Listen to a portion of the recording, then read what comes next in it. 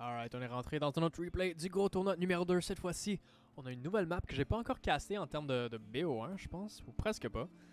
C'est Icing Chrome. Et spawnant sur Icing Chrome.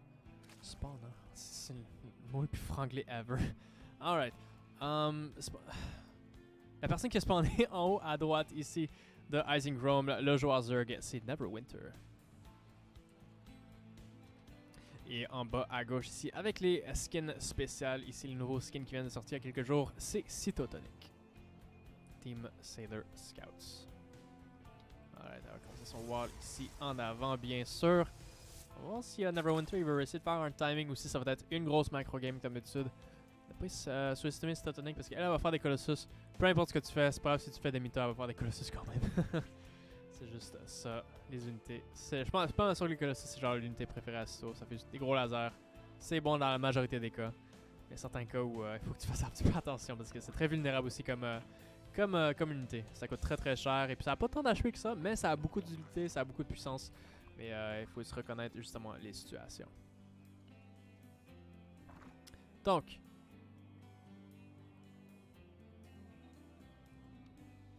Cytotonic qui va sûrement aller sur l'expansion ici. Et puis, Neverwinter qui prend une base très normalement. Cytotonic qui n'a pas réussi à le bloquer, mais c'est très rare, c'est très difficile de bloquer cette base-là, surtout avec la distance entre les deux bases ici. C'est même pas mal de distance, donc c'est dur d'aller bloquer ça à temps. Mais de toute façon, c'est pas très grave. On va regarder son probe ici juste pour savoir c'est quand que les Zerglings s'en viennent. Parce qu'il y a une très bonne chose à faire. Aussi, tu peux garder le probe ici pour aller chercher, voir c'est quand que l'autre personne prend une troisième base. La troisième base, bien sûr, je le dis souvent, c'est la plus grosse indication de ce que l'autre personne essaie de faire. Pas juste la troisième base, mais le timing du troisième base. Une très grosse différence là. Il y a le 2 gateway avec le Cyber ici qui est prêt.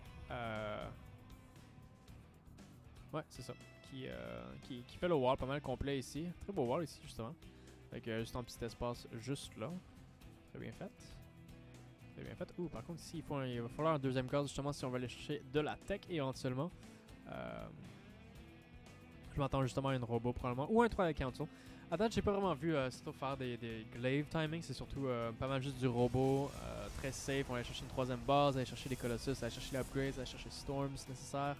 Des Archons, des Immortals, juste avoir une composition solide puis se prendre la game lentement mais sûrement. Ici, justement, là, le probe qui spot les Zerglings et qui spot aussi la troisième base, là, elle va le ramener chez elle, ce qui fait 100% du sens. Le probe qui est à peine plus lent que les Zerglings, donc les Zerglings, ça peut genre frapper une fois, là, ça va le prendre 10 secondes de course avant de pouvoir le rattraper encore une fois. Puis le Zergling qui est déjà en position, qui va être en position, et voilà. On va juste faire ça de le mettre sur hold position. Puis après ça, tu vas voir le stalker direct derrière également. J'espère qu'il spawn derrière. Oh non, il spawn dans l'avant. Oups. Une petite erreur ici. Ouh, ça se peut qu'elle perde le stalker à cause de cette erreur-là.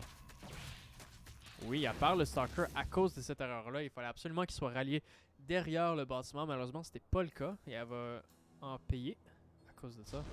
Tu vois, toutes les erreurs sont vraiment très importantes à StarCraft. Puis si les Zerglings n'auraient pas été là, ben, ils l'auraient pas trouvé non plus. Donc bravo à justement à Neverwinter de justement identifier ça. Puis être capable de toujours garder les Zerglings en position au cas où que tu peux trouver une opportunité de faire du dommage. Ici, 3 gateways va être placé pour Cytotonic, lui amenant à 5 gateways. Est-ce qu'elle veut faire un 5 genre méga gateway all-in? Ça serait très.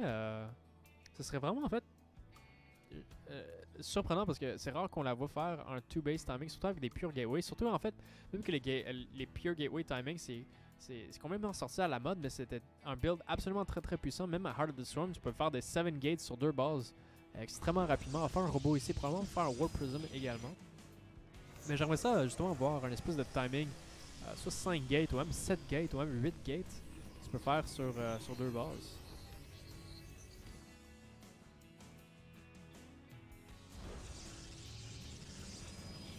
À faire les pylons. Pas rester trop sur le bloc. Du côté de Neverwinter, par exemple, lui est en train d'aller chercher le plus 1 de mêlée. Il y a pas mal de toutes ces gaz également. Il n'a pas encore parti une lair, mais il a définitivement. Ok, il vient de le partir maintenant, dès que je le dis. Et puis il garde un stalker en avant ici, juste pour voir ça va être quand le move out de Cytotonic, s'il y en a un. Effectivement, en fait, il garde un petit œil sur les troisième bases avec un Zergling, un Overlord également. Donc, si elle expand pas, dans le fond, Neverwinter va le savoir et il va réagir en conséquence. Il voit en plus 2 gaz qui sont prêts à 5 minutes ici. Ça, c'est un gros indicateur qu'il va pas avoir de troisième base parce que justement, tu mines tellement de gaz que dans le fond, ça te donne moins d'argent, plus de gaz. Donc, si tu as moins d'argent pour faire une troisième base assez rapidement. Donc, voilà un petit peu la logique de ça. Neverwinter aussi qui fait vraiment très attention. Il veut pas être prêt à surprise. Donc, si on regarde la vision ici, il y a vraiment les 2 Watchtowers. Il y a des Zerglings un peu partout ici pour spot n'importe quel War Prism avec des potentiels, je sais pas, genre DT là, qui pourraient les surprendre. Mais ouais. Ouais, chercher le plus 1 de Carapace également. Maintenant, il y a un petit Overload Scout ici qui voit le Twilight Council ici avec les upgrades de charge. Ok. Il va chercher une Spire qui est quand même pas pire. Je sais pas si ouais, il fait un Banelings. Il y a un petit peu de skip sur le Roach Warren, ce que je suis pas vraiment d'accord. C'est un petit peu difficile de. Tu peux faire un Roach Warren, c'est juste 150 techniquement. Puis si t'as besoin de Roach, les Roach c'est tellement important pour la défense de plein d'attaques. Ça vaut quasiment toujours la peine de juste le faire, juste le cas pour être safe. Mais il s'est dit, tu sais quoi, j'en ai pas besoin, je vais juste faire des Banelings, je vais aller faire des Mutalisks. Les Mutalisks c'est très dur à dealer avec ça justement. Oui, ça te prend souvent un Shield Battery pour gagner du temps, puis des Stalkers en position également. Mais en général, des fois, quand tu vas aller chercher 2 canons, un Shield Battery, en général, ça peut défendre beaucoup de mutas quand même.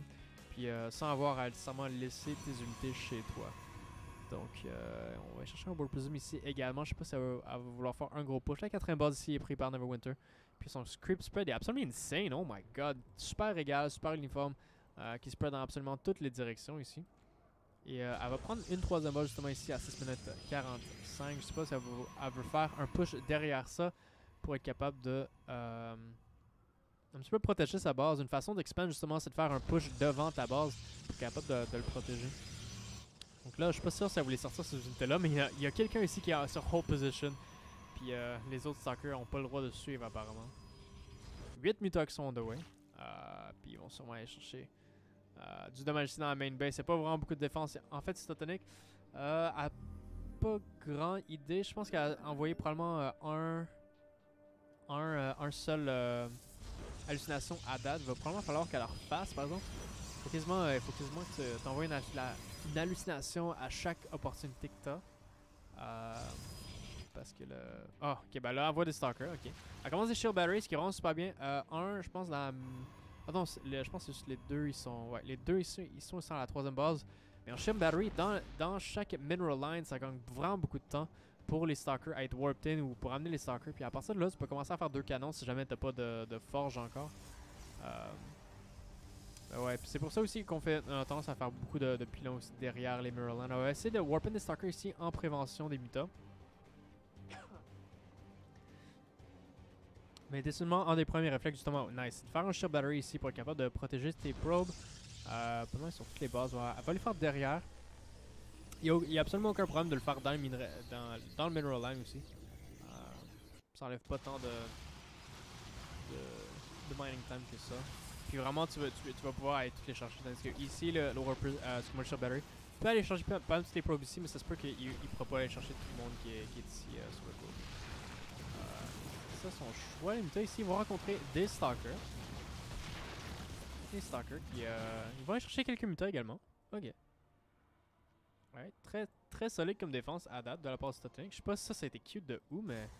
Oh, ça a peut-être été cute de sa main base. Par contre, tout ici est. Ouais, c'est ça, tout ici est sur hold position. Donc le probe est juste pas capable d'aller chercher. Justement, ça cancel la commande à cause qu'elle est stuck en avant sur le wall.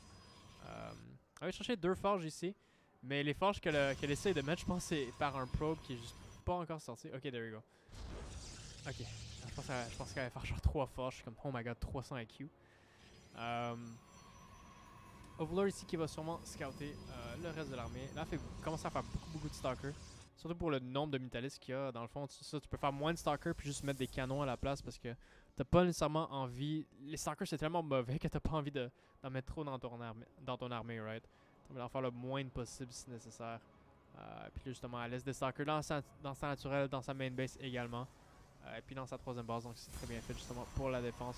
En termes de la tech pour Neverwinter, lui, il est pas mal reste sur Muta, il reste sur l'Air Tech également. Il va chercher le plus 2 d'armure également. Juste toutes les upgrades enchaînées, mais sur un hero à la fois. Je sais pas si y a Baneling Speed par exemple, c'est sûr que ça serait utile. Puis il y a du plein de Zerglings également. Et il va rencontrer pas mal de Stalkers. Puis je pense qu'il se sent assez confortable qu'il peut juste les attaquer de même. C'est pour ça qu'éventuellement, il faut définitivement transitionner vers des Archons. Parce que plus il y a de mutas, plus les Archons sont bons. Puis moins il y a de mutas, plus les Stalkers sont bons. C'est ça en général l'équation. Parce que plus il y a de mutas, plus le splash damage va faire du dommage. Puis moins il y a de mutas, plus les Stalkers peuvent dealer avec. Parce que justement, avec le blink, c'est beaucoup plus facile d'aller les chasser. Mais c'est tough les chasser quand il y a tellement de mutas. Justement, il va aller chercher les pilons ici. Il va essayer de depower toutes les shield battery pour ensuite aller chercher les probes. Mais on voit ici les shield battery qui soignent les oh my god, qui soignent les probes de toutes les barres. Et là, les mutas qui sont juste super gossants.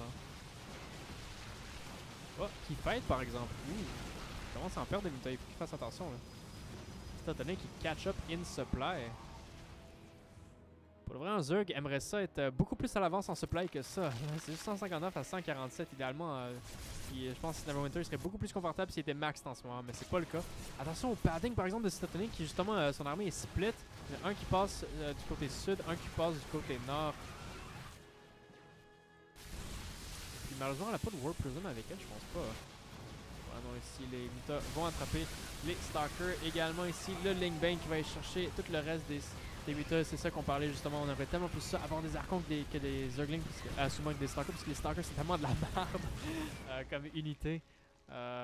Et justement maintenant, elle va devoir rentrer chez elle. Là, il y a une grosse différence de supply, c'est 79 à 172. Neverwinter s'en va pour les Killing Blow. Elle va essayer de faire des Archons. Je pense que ça va être à temps, même que les toutes meurent à trop tard. Et c'est le GG pendant qu'il morph littéralement 39 Baneling dans sa face. C'est le GG. Et puis Neverwinter va prendre la game contre Stotonic et avancer encore plus loin dans le tournoi avec un magnifique sweep spread. Et c'est le GG.